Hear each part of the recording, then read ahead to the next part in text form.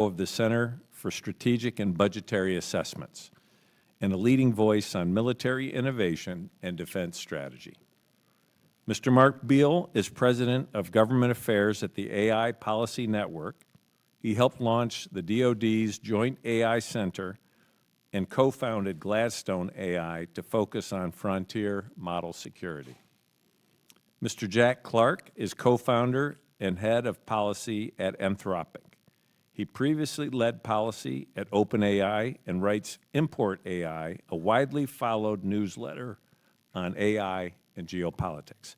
With that, I want to welcome all of our witnesses and thank you for being here this morning. Members of the committee, it's my pleasure to be here with you today to share my perspective on this vital issue.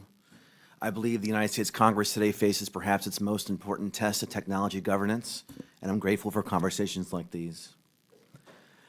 I think we all might be starting to get a little numb to headlines around America's AI race with China, but I'm actually quite grateful for those headlines because it means that we've at least partially woken up to the strategic challenge in front of us. And we certainly know the Chinese have. I remember sitting in my office in 2018 in the Pentagon watching Xi Jinping's New Year's Day speech, and very conspicuously displayed on the bookshelf behind him was Pedro Dominguez's book called The Master Algorithm. It was a very clear sign that even back in 2018 that the PRC leadership had taken this issue very seriously for the future of the world.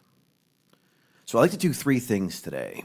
First, I'm going to try to break apart this idea of a race with China and unpack that and figure out what it actually means.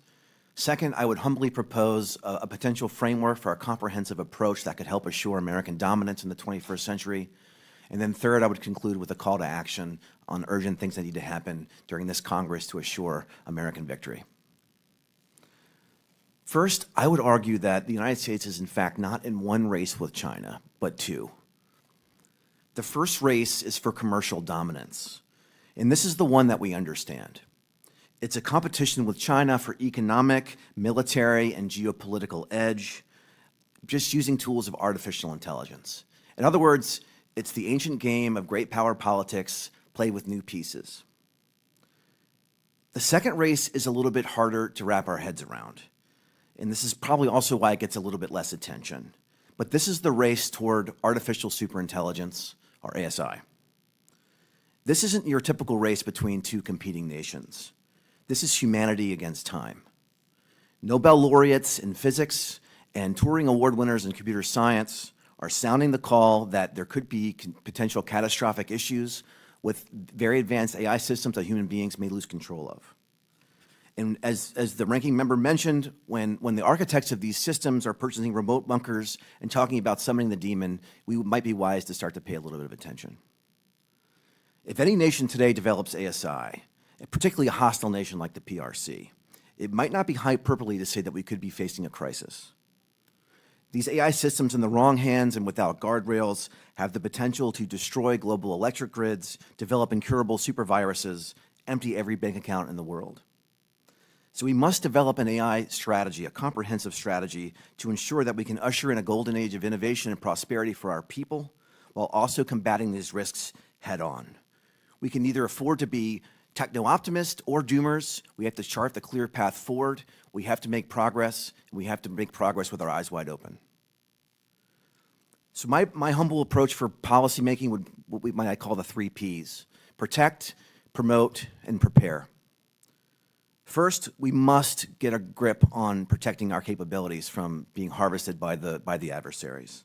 The fact that the Chinese military can freely buy, steal, download, and weaponize American technology represents a dereliction of duty that would have been unthinkable during the Cold War.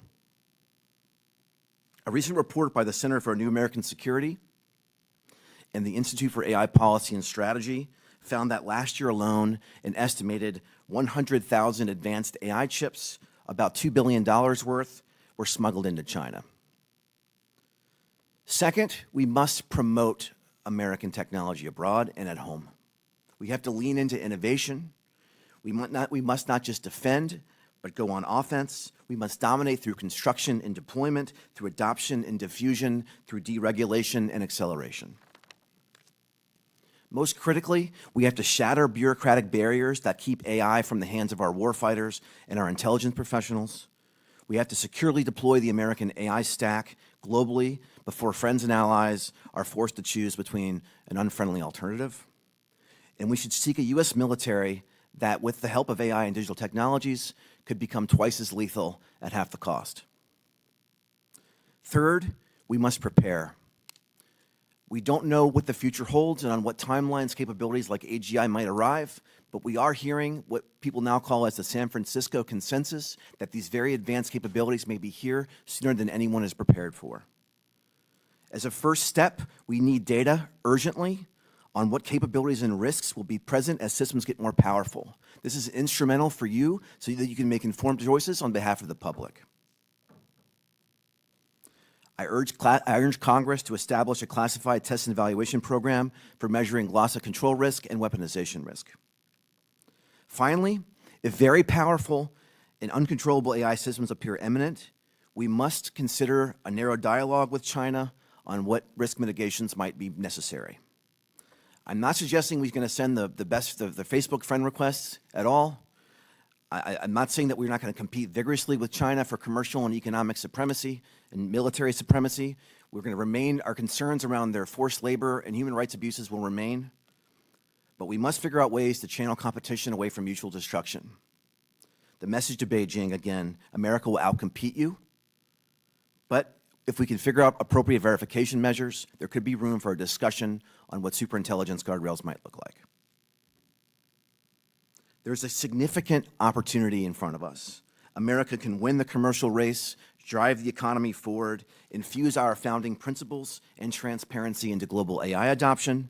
We can use AI to promote human flourishing and freedom, but only if we deal with threats head-on and act with the urgency this moment demands.